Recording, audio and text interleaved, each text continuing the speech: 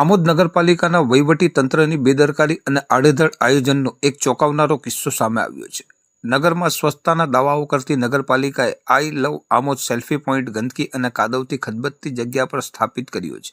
આ બાબત માત્ર સ્થાનિકો માટે જ નહીં પરંતુ હાઈવે પરથી પસાર થતા લોકો માટે પણ હાસ્યાસ્પદ અને શરમજનક બની રહી છે। નેશનલ હાઈવે 64 પર જ્યાંથી હજારો વાહનો પસાર થાય છે તે જગ્યાએ નગરપાલિકાએ આઈ લવ આમોદ સેલ્ફી પોઈન્ટ બનાવ્યો છે, પરંતુ આ પોઈન્ટની આસપાસ ગંદકીના ઢગલા, ઉભરાતી ગટરો અને દુર્ગંધનું સામ્રાજ્ય છવાયેલું છે। પરિસ્થિતિ એટલી હદે ખરાબ છે કે અહીંથી પસાર થવું પણ મુશ્કેલ છે।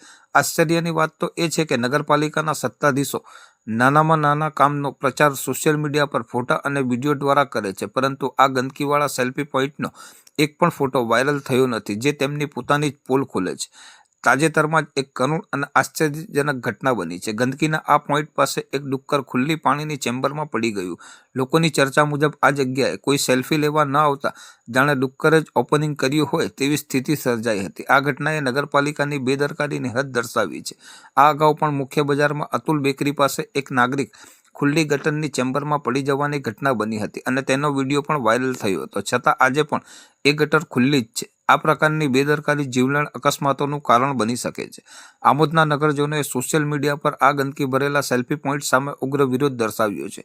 તેઓએ આ બોર્ડને યોગ્ય અને સ્વચ્છ જગ્યાએ ખસેડવાની અપીલ કરી છે, જેથી તે ખરા અર્થમાં નગરનું ગૌરવ બની શકે। જોકે નગરપાલિકાના વહીવટી તંત્ર દ્વારા આ મામલે હજુ સુધી કોઈ સકારાત્મક પગલાં લેવામાં આવ્યા નથી। જ્યાં સુધી આ સમસ્યાનું નિરાકરણ નહીં આવે ત્યાં સુધી આઈ લવ આમોદ બોર્ડ માત્ર નગરપાલિકાની નિષ્ફળતાનું પ્રતીક બની રહેશે।